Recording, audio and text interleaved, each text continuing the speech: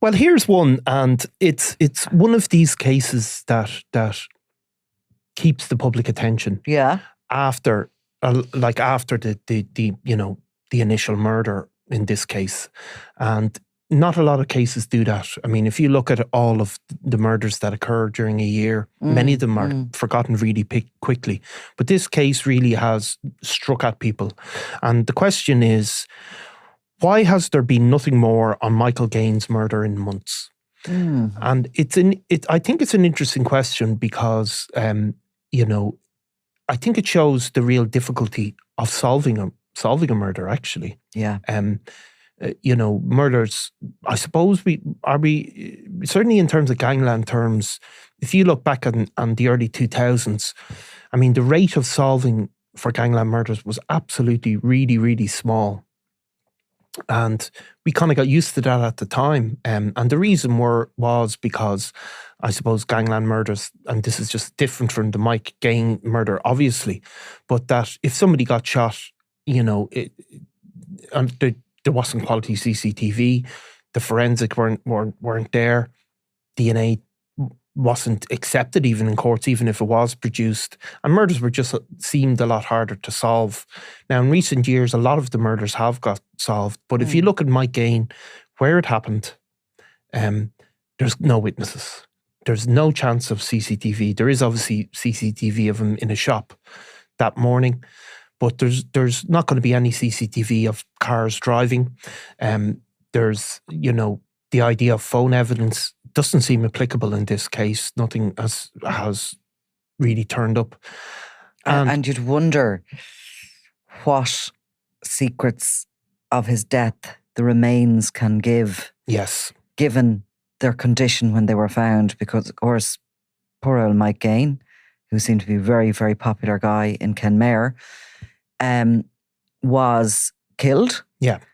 His body was left in a slurry tank. Yeah.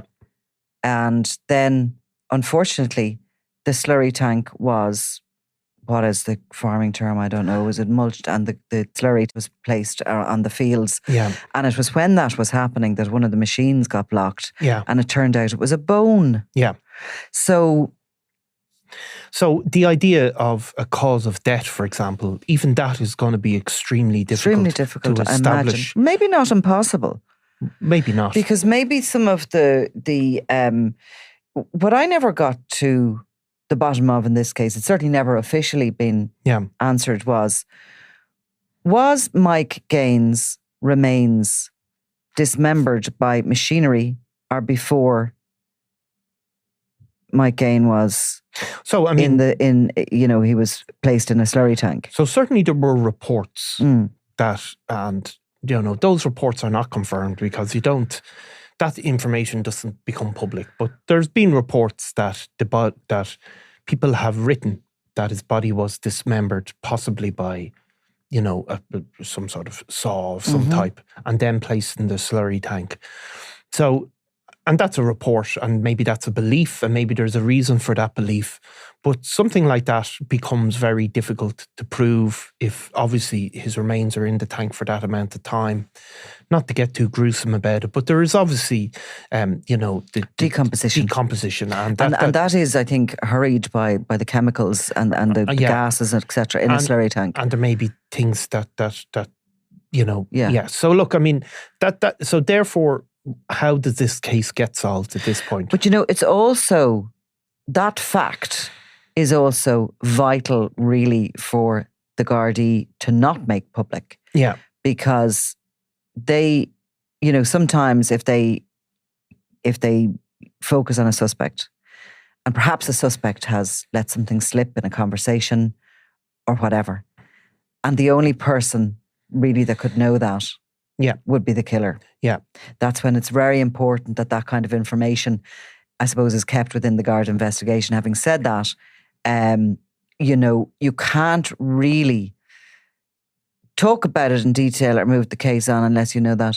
Yes, you can't. I think, because otherwise, if Mike Gayne's remains were dismembered by machinery, that doesn't rule out the possibility that he fell No, but into the slurry tank. No, but clearly there is a belief that... There is a belief that he was murdered, of course, yes, and there's a murder inquiry. Yeah. But, you know... It's what could stand up in a court of law, I suppose. And if there is a sort of reasonable doubt, that becomes even more difficult to prove. So really, in the case like Mike Gain, they're really hoping for somebody to say something, or somebody to know something, or somebody to have some information to come forward. And it's there's nothing else. There's no other evidence that can be garnered. Well, I mean, I don't know. I mean, I'm just saying that it becomes hugely. But there probably isn't. There probably isn't. I mean, there's not.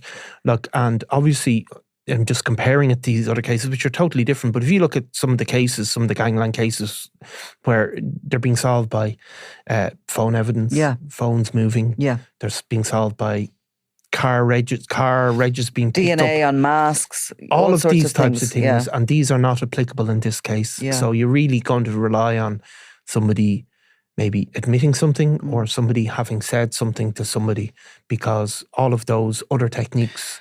But that doesn't mean it's never solved, and you have to say... You can have a circumstantial case, of course, as well, with forensic evidence. You can.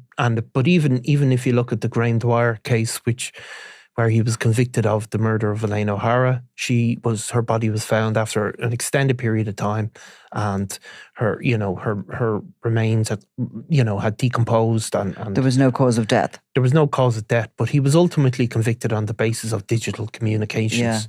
Really, that and other. And why do you think that Mike Gain case is so fascinating? Because it's so mysterious? I think there's a couple of it's because it's so mysterious. I think it's because he was, look, sometimes people are victims of murder and you hear all sorts of things about it, but I think it really caught the local attention because he was this really popular guy, and nobody could think nobody could think why he would be killed. And he wouldn't harm a fly himself. Yeah, and it's sort of very kind and generous. Yeah, and kind of a sort of one of these people that people warm to, and so I think that brings the initial interest in it. And then there are other reasons, obviously. The American man who identified himself as a suspect, that was also kind of unusual, and that drives public interest as well. But of course, that man's never been charged and has spoken repeatedly about how he has nothing to do with it. But these circumstances all drive the public interest. Here's one now to change the subject. I was going to ask the one about the Christmas parties, but I won't. How did you begin to work together, and how has the relationship developed? Well, so I joined the Sunday World in 2010 in January.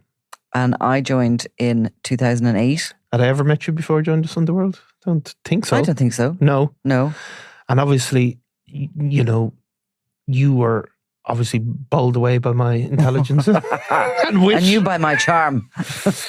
No, I think... I'd say that's more on the basis of how did you begin to work together on the Crime World show, I imagine. Well, is it? Yeah, I'd say it is. And how did we begin to work together on the Crime World show? Because you were dragged in slightly nervous and kicking and screaming. No, let's be more obvious. I mean, you underestimated my brilliance and got Father Brian Darcy in instead of me. No, I don't. I think I didn't come on until about We have to get your first episode. Well, it was a good bit in, actually. Yeah, and do you remember what it was about? No, it was. I think it was about Oliver Bond, actually. Was it? About a drug supermarket, open drug dealing supermarket in Oliver Bond, actually. Yeah, so you do remember it then? That's very detailed. No, I think so. Yeah, I think I do. We'll have to get and of course that we weren't even on YouTube then. We weren't on YouTube, but so that would have helped with the nerves, because there is something about approaching a microphone when you're not used to it, and until you get it out of your head that there's all these people out there listening to you, and you just feel like you're having a chat, you're really nervous. I would have been the same. I wouldn't have thought of myself as natural at broadcasting or doing any of that, because I never really did much of that in my career, which obviously you would have done before the podcast. But of course we are. Are we? Do we declare ourselves publicly friends? And we have been friends. We do. So of course. So then I was quite chilled out, because we are just, it's, you know, it's a continuation of how we would talk anyway. Exactly. In actual fact, if except anybody you wants probably say more cruel things about our colleagues in off mic, but other than that... Other than that, it's normal. Other than that, it's normal conversation. But I think what probably happened was when you started coming on, then it did start to sort of feel a little bit like we were just sitting down having lunch, didn't it? Yeah, well, I suppose it's not far off that. And that's really, in a way, I think what makes, for me anyway, when I'm listening to podcasts and stuff, I love that idea that I'm there at the table listening in. Yeah. I don't feel like a stranger to these people that are talking. I feel like, you know, I get to know a little bit of their personality as well. Yeah. And I like the whole idea of that. And I think that sort of developed But it wasn't the plan originally. No, it was never. Because there was none of it was a plan. No, but the plan originally for Crime World was kind of more even international kind of authors and stuff, was it? Well, a bit of everything. Yeah, a bit of everything. There was no major plan. No major plan. But it's evolved. And as I've said a few times this week, we are #1 podcast in Ireland. Which is incredible. I mean, Apple contacted us to tell us that. Yeah. It is. Who owns Apple? Are we invited to their Christmas party? I don't know. Steve Jobs is gone, is he? We should be at their Christmas party, actually. Yeah, we should. We really should. We really should. We really should. Okay, here's another one. When is Sean McGovern's trial? And I suppose the second bit of it is, why are we so interested in this trial? If you know what I mean. Yeah. Because Sean McGovern is Daniel Kinahan's right-hand man. Yeah. That's why we're interested. It's in the Special Criminal Court. We're going to be able to give it a good coverage. Yeah. You know, he is somebody who was elevated within the Kinahan organisation after the Kinahan-Hutch feud began. Why did he get so close to Daniel Kinahan? We mightn't be able to actually get those questions asked in the middle of the trial. Of course, he's going to be tried for murder of Noel Duckegg Kerwin. I think we're interested to know, what do the cops have? Have they got digital communications? Were they bugging the Kinahans? You know, what could they have there in their armoury against him? And he's also, of course, being charged as directing a criminal organisation, is it? Yeah. It's directing criminal organisation. Yeah, which is another big charge. And again, you know, what is the evidence that's going to be placed before the court in relation to that? Because we know what Sean McGovern was doing before he went to Dubai. Yeah. We've spoken about a bit of that, but we haven't spoken about a lot of it. No. That we know he was doing. Is this going to form part of the chain of evidence to the courts? And I think if it does, people are going to be under no illusion but who Sean McGovern really is. Yeah. I mean, in terms of when it'll happen, again, we saw this week, we're still in the preliminary stages. The book of evidence has been handed over, which would be fascinating. But there's also, even now, we're also hitting up against the issue of you know, free legal aid, right, and what McGovern is going to disclose in that case. But definitely the Special Criminal Court. I think that is going to blow over fairly quickly, to be honest with you. And I think he'll probably get free legal aid. I think he will. I don't think they're going to allow him to go to court without having, you know, representation in that way. But and especially in relation to the fact that his assets in the country were confiscated before he left, because there has been a Criminal Assets Bureau case against him. So he's going to be able to, I imagine, use that to claim that he has no access to assets or finances here in this country. And maybe he doesn't. Maybe it's all abroad or whatever. Maybe, very possibly. But, you know, so an exact date is hard to know. But certainly at one point the Special Criminal Court was clogged up, and these cases were taking a couple of years or longer. But I think this will be a lot quicker. And they're moving. And while you're on that, because I wasn't going to ask this one, but what about the Hennessy torture case? Well, the torture case, we have had one guilty plea, and there's still a number of other men who have pled not guilty at this point. So again, that has come quite rapidly. Those cases were really, really slow at the sort of in maybe 4 or 5 years ago in particular, or post-COVID. where you had a lot of hangover from the Regency trial and other trials around that time. So the Hennessy torture case will come to court, I think, long before Sean McGovern, and I think you'll have a lot of movement on that. Exciting trials coming up next year, and something we are going to cover in depth. I mean, you also have coming up at some point during the year, certainly for mention in March, if not to go ahead, is the trial of James Lean. In connection with the crystal meth. Those Hennessy trials are going to be fascinating. If there's no guilty plea, if there is a guilty plea, you get to sentencing and you get some evidence that way. And clearly the big one of 26 is going to be Sean McGovern. Yeah, and I think that's another, but mentioning of some of those cases coming up, we have a question. Dream guest, no restrictions on what can be asked in the interview, and we have kind of answered that. But I do think a fascinating one would be Maris Salazar. Oh God, yes. I mean, I think that if we talked about narratives, the narrative arc of this guy, I mean, it is an incredible story, and people will know who've listened to this podcast. But of course, Maris O'Shea was a guy who was born in Mexico originally, moved to County Kerry sometime in his around 13, 14 years old. Irish father, Mexican mother. Who was related to an ex-wife of Joaquim El Chapo Guzman. So he lands in Kerry. He's raised in a council house in Kerry. Interestingly, with the mother. The father, who we haven't found much detail of, even though he is supposed to be from Kerry, but dies. Yeah. So the Mexican mother brings him to Kerry, to Killorglin, to rear him. That bit of the whole story, I find. Yeah.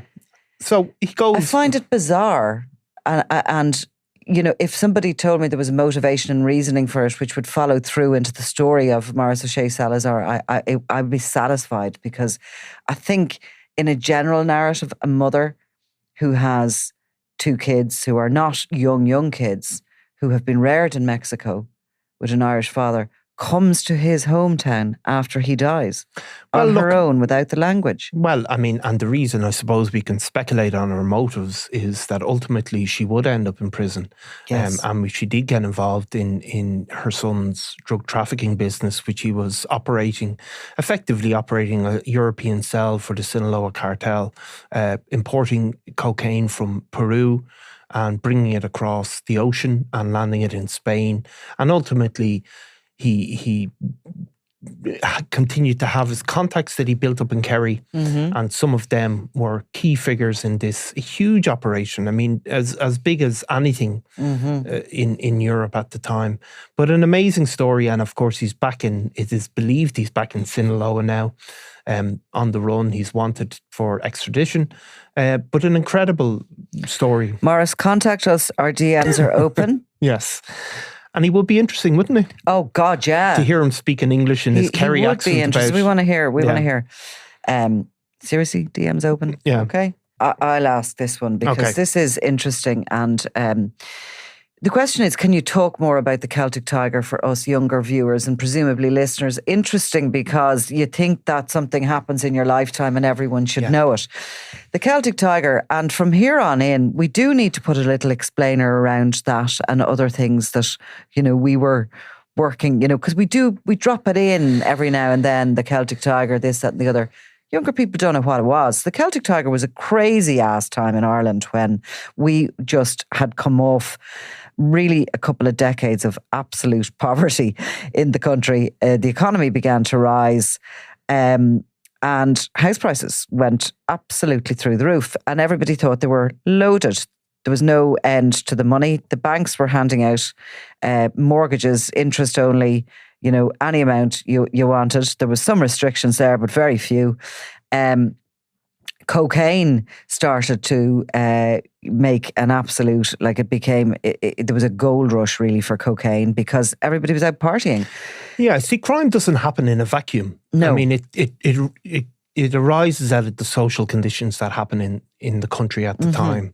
And if you look at the history of organised crime in Ireland, really the crime that happened in the 70s grew out of really out of the troubles in Northern Ireland and the fallout, and the 80s, of course, the heroin epidemic, which was again driven by a kind of poverty and deprivation in the inner city in Dublin. Really, the 90s was a kind of the post boomer generation partying on, really, and sort of educated young people getting involved in the drug business, and that spread a lot of money.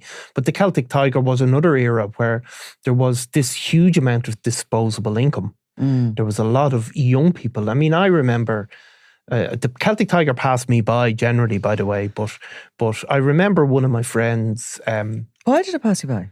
Because you're so young. Yeah, well, not because I was so young. No, I just wasn't working successfully enough to be investing. But I do remember one of my friends, and this guy, anyway, I remember he telling me he had 14 houses, right? Yeah. And he was buying, like, this guy was only a couple of years older than me, and he had a PAYE job, probably a decent job, but like, he was getting, I don't know, let's say 60, 70 grand. Yeah. He had 14 houses, and he was buying a hotel room in a hotel, that he would own the hotel room. Right. And he'd get a mortgage on the hotel room. Right. And then the hotel would rent out that room and he'd get the money to pay the mortgage. But he'd own the hotel room. And I remember them meeting him. Like, this guy was, you know, how this was possible, I don't know. But he just kept getting mortgages on mortgages. Mm-hmm. And it's very possible. And ultimately, I think he had to hand back every single one of those houses. Yeah. So the Celtic Tiger boomed, and people thought there was free money available, and then it crashed. And also, it was a time when criminals invested heavily and overstretched themselves. And when the crash came, the crash, for those who didn't know what the Celtic Tiger was after Lehman Brothers went wallop, and the ripple effects that had across the world created an environment for essentially a depression. Yeah. And a recession, certainly. In 2008, the house market over the coming years after that just started to fall and fall and fall and fall. And you had people with loans far greater than the value of the properties. People handed back keys. Some people struggled through and hoped that the money would come back. Family home. Yeah. And then other people were, and I've got some work I'm going to be doing next year in relation to this, but other people who were caught in it, when people were devastated by the end of the Celtic Tiger and their losses, many of them were years later drawn to criminality when they otherwise wouldn't have been, in an effort or a bid to just get themselves out of the financial mess they found themselves in. Let's and though this is an interesting bit. So what happened with the Celtic Tiger? The money just comes out of the economy, and that affects everybody. And what happened was, it happened in the gangland as well. And the Kinahans sent back a couple of people, I remember, from Spain, including Gerard Hatchett Kavanagh, who would ultimately be killed by them. And they were sent back to Ireland to force money out of people. Yeah. So people build up debts in that world all the time. And then there was this contraction. They went back, and there was a rakes of violence from that sort of debt collection. And one of the people that was put under pressure was obviously Jim Mansfield, who'd lost all his money in the Celtic Tiger. And that had this ripple effect, ultimately, that would lead to Mansfield's downfall, but also a downfall of loads of other people, including people like Desi O'Hare. Yeah. Indirectly, it would see a house seized from Daniel Kinahan. Was it last year or the year before? So that was all a ripple effect from the Celtic Tiger. But you know what's an interesting bit? That even all that money went down and there was all this pressure, the rates of cocaine cocaine use only briefly dropped for 1 year of the Celtic Tiger. So that genie was out of the bottle, but it never went back in. No. And they always say one thing that's recession-proof. Organised crime is recession-proof, effectively. But there's certain commodities that are recession-proof, you know? Yeah. Like there's drink, which is a drug in itself, alcohol. Yeah. I mean, it's in the legitimate economy. Yeah. And it is pretty recession-proof, you know? And that's why, you know, people, and there's huge arguments to be made on the side of legalisation or not. But there is no doubt that the cocaine is not going back into the genie. No. Cocaine genie is not going back into the bottle. And we do have the Kinahan cartel we've talked about so much, and that iron grip that they had in the criminal underworld is fading.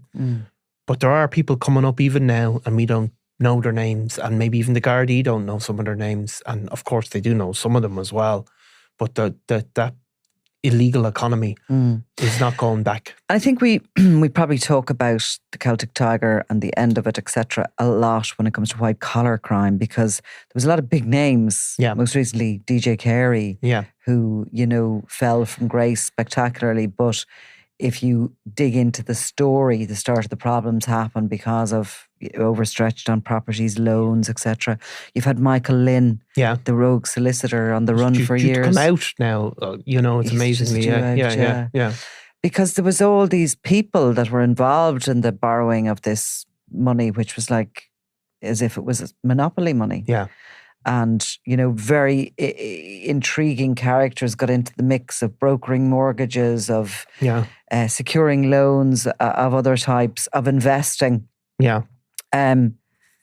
There's an absolute well of stories out of the Celtic Tiger, and some really tragic ones as well. Yeah. Where people were just knocked over. It was almost like a tsunami to them, and they never recovered. Yeah. You know, they ultimately drowned in their debt. And there's an awful lot of sad stories really as well, of people like who took their own lives, and who, you know, I've heard a huge amount of stories of that. I'm not 100% sure we've properly engaged with the stories of those people. Yeah. And look, because they're always seen as being, oh, you were too greedy, you were buying too many properties, you were doing this, you were doing that. But I think everybody was a bit crazy during that time. I remember, and I was a lowly journalist there in the 2000s, and you know, did have a period of time that there was a few properties on the go, and thankfully sold up all. But I remember distinctly, and for me this describes, and will for my children describe, what the Celtic Tiger was like. I remember distinctly thinking of buying a holiday property in a place in Sicily called Taormina. Right. Which is a beautiful kind of resort. It's a mountaintop village, right? Okay, with an open opera theatre and everything, and it's really, really Lovely. nice. Super expensive to go there on your holiday pops. Yeah, it's expensive. And I remember going, we should buy, you know, a place here, and I could spend the summer here. Yeah. Right. Yeah. And you were working. I was hacking out stories. I don't know. Thinking, hacking out stories on anything. I was flogging things here, there, and everywhere. I was in no position to be thinking, and I'm not sure I ever will be in a position to think that I can take the summer off and you know, bob around the seas around Sicily. Just took this notion that this was something that you know, was open to me. Yeah. And then now it came back down to earth with a bang. Yes, and of course that's that is the way it was. It's a funny time to look back on it, but people thought, and people almost out of fear started buying properties because they feared being left behind. And I mean, then if you'd go to sell a property, you were actually being asked by auctioneers and by banks, was there something wrong with you? Why would you sell a property? Yeah. But I do remember my father, I think he brought me back down to earth with a bang, my late father. But he was, I remember he was just looking at me, shaking his head, going, have you had a lobotomy? Yeah. You know? Yeah, I know. And there's nothing, and it probably is, you know, relative to crime as well. If somebody is making easy money, free money, there's something, it doesn't happen without a risk. No, it definitely doesn't. And I mean, I haven't got through all of my life yet, but I've got through quite a bit of it. And I don't think there is a golden ticket. No. I think you just have to keep going, keep consistently working, trying to keep as many balls in the air as possible, and just working hard. Keep surviving. Yeah, keep surviving. So this is a good question I got in from a guy called Colin, and he talks about the Kinahans winding down and some of Mr. Big and Flashy maybe losing ground to the authorities. Who are the next generation? And are they going under the radar with everything else going on in the country? And again, I do think that is an interesting question. And it's a question that you can't really answer. But I do think certainly we've seen Eastern European criminal organisations take a huge role in the criminal underworld in the UK. And also, I suppose, we have had huge amounts of emigration into this country. And some of those, like, there's always going to be criminal organisations that come with immigration. And this, when the Irish, of course, went to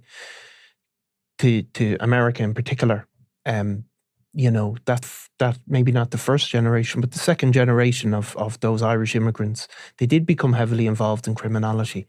And we may see a change in some of those features. If you look at the rise of the Albanian criminal organisations in the UK, they have probably in the last decade become one of the more prominent organisations. And we saw in a recent seizure of cocaine in this country that certainly the guards believe that some of that is, while there's always been involvement with or, you know, mafias in the Balkans, that some of them are probably going to play a bigger role in the future. And we have done many stories about, Eamon has done stories about people who've been targeted by the Criminal Assets Bureau. So we will see changes. And obviously, I think in terms of the assets, I think it's the money that people are making. I think we're going to see the rise of cryptocurrency, I think, as the primary tool. Has it not risen? Well, I think it probably has. Out of tune with cryptocurrency. Well, I still can't even grasp the concept of it. Yeah. Well, I think it's almost untraceable. Now, everything is untraceable till it is traceable. Just like encrypted phones are unbreakable till they're broken. We should buy me a crypto coin. You should. We should probably. Well, yeah, considering you're loaded at the moment. Well, you could buy me a crypto coin for Christmas. I could buy you a crypto coin. How much is a crypto coin? Well, it depends what type of crypto coin you want. But yeah. But I can't touch it. No, you can't touch it. But yeah, things will keep changing, but we'll try and keep abreast of it, and we'll figure out what cryptocurrency is exactly. sometime before 2030. Now, I'm going to say keep questions coming in over the next couple of weeks, because we'll come back to another Q&A, you know, before Christmas maybe, or certainly in around that time. And we do enjoy the questions. We probably enjoy a lot of them that we don't read out because that's a few cheekies there now, I have to say. A few cheekies. But we do laugh at them. We do laugh. We laugh at all of them. And I warn him the ones not to read out, and he warns me the ones not to read out. We read out a couple of embarrassing ones. Which is true friendship. It is, absolutely. Because I don't always turn you over. No, not always. Yeah. There's one in particular there I never went near, and I won't. Okay. Please. So, thanks a million. Thanks, Nicola. I'm Nicola Tallant, and you're watching Crime World, a podcast about criminals, drugs and the underworld in Ireland and across the globe. Make sure you subscribe to our channel and turn on notifications so you can be the first to watch all our latest episodes. You can also listen wherever you get your podcasts.